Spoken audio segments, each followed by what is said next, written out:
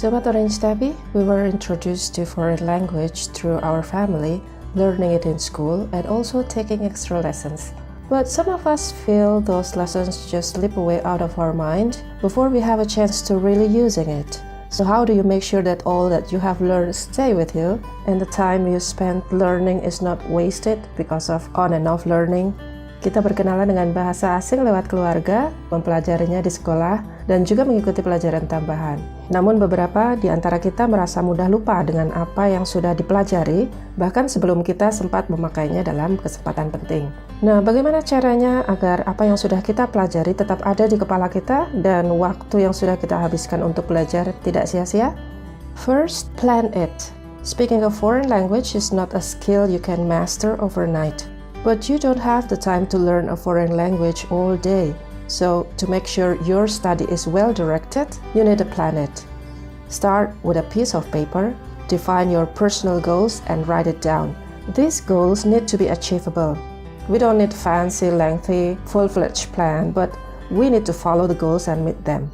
Pertama, buat rencana. Kemampuan berbahasa asing tidak bisa dikuasai hanya dalam semalam.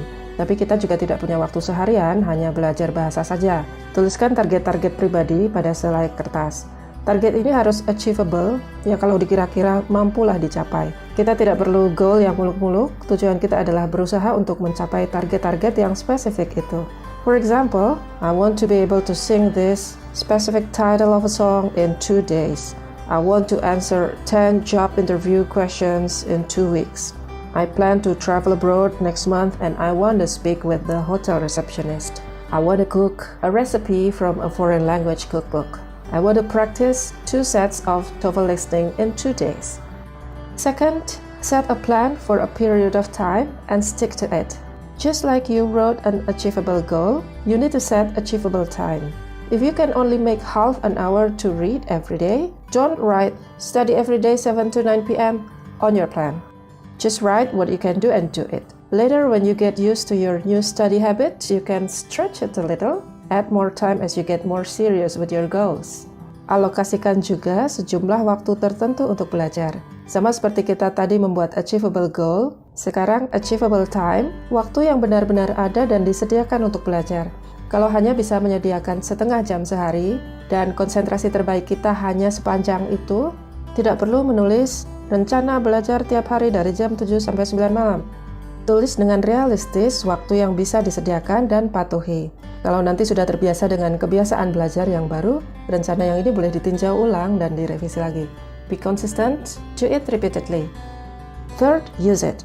No matter where you are now in learning a foreign language, use all the vocabulary you have at the moment.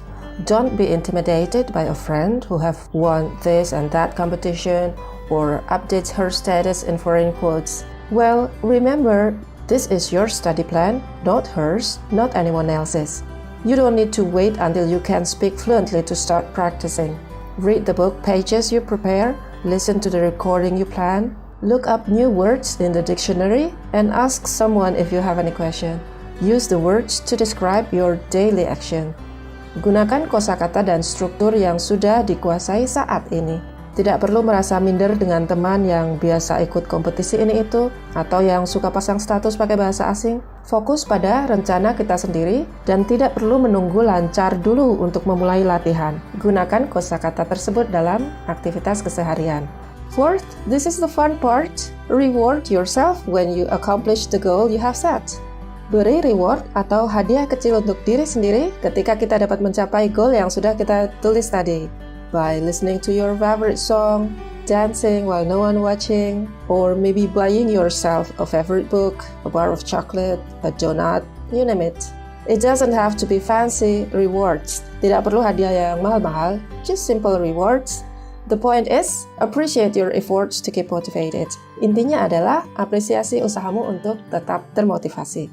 That's our flash note on setting your own language learning goals. Practice is the key. Enjoy the process. Orange Tabby, English for Indonesian learners.